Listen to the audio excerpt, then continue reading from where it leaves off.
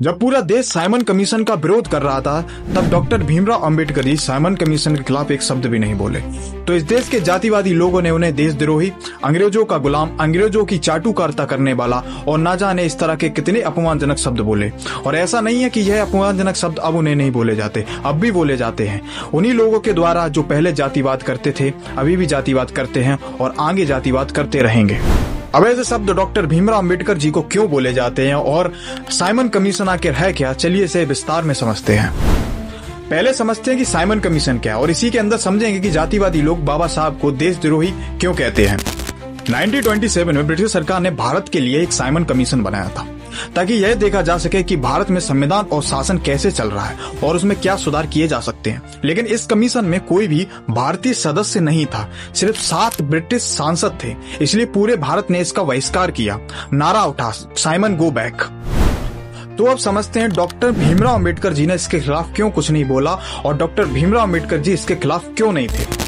देखिए, अंबेडकर जी का सोचना बाकी नेताओं से थोड़ा अलग और गहरा था। वो दलितों के अधिकार के लिए दृष्टिकोण से सोचते थे। उस समय कांग्रेस के नेता और अन्य राष्ट्रीय नेता सिर्फ राजनीतिक आजादी की बात कर रहे थे, लेकिन अंबेडकर जी चाहते थे कि सामाजिक बराबरी और दलितों के अधिकार की बात पहले हो, क्योंकि उनको लगता था कि दलितों के अधिकार के बिना भारत की आजादी अधूरी है।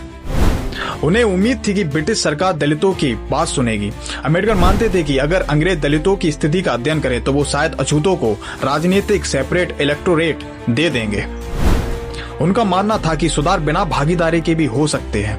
उन्होंने कहा था कि अगर ब्रिटिश सरकार ईमानदारी से सुधार लाना चाहती है तो हमें उसका विरोध नहीं करना चाहिए, सिर्फ इसलिए कि उसमें भारतीय नहीं है।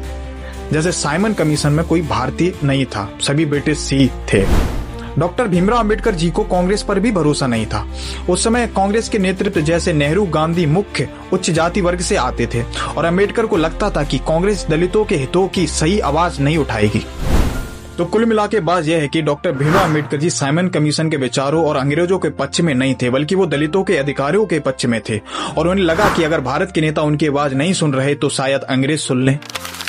तो मैं बस लास्ट में इतना ही कहना चाहूंगा डॉक्टर भीमराव अंबेडकर जी के विरोध करने वालों से, सबसे पहले तो उनके बारे में अच्छे से पढ़ो, जानो और उनके विचारों को समझो।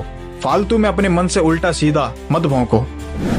उनके बारे में उल्टा सीधा बोलने से तुम उनका अपमान तो कर ही रहे हो, साथ ही साथ तुम इस देश के संविधान का भी अपमान कर रहे हो जिससे यह देश चल रहा है। धन्यवाद।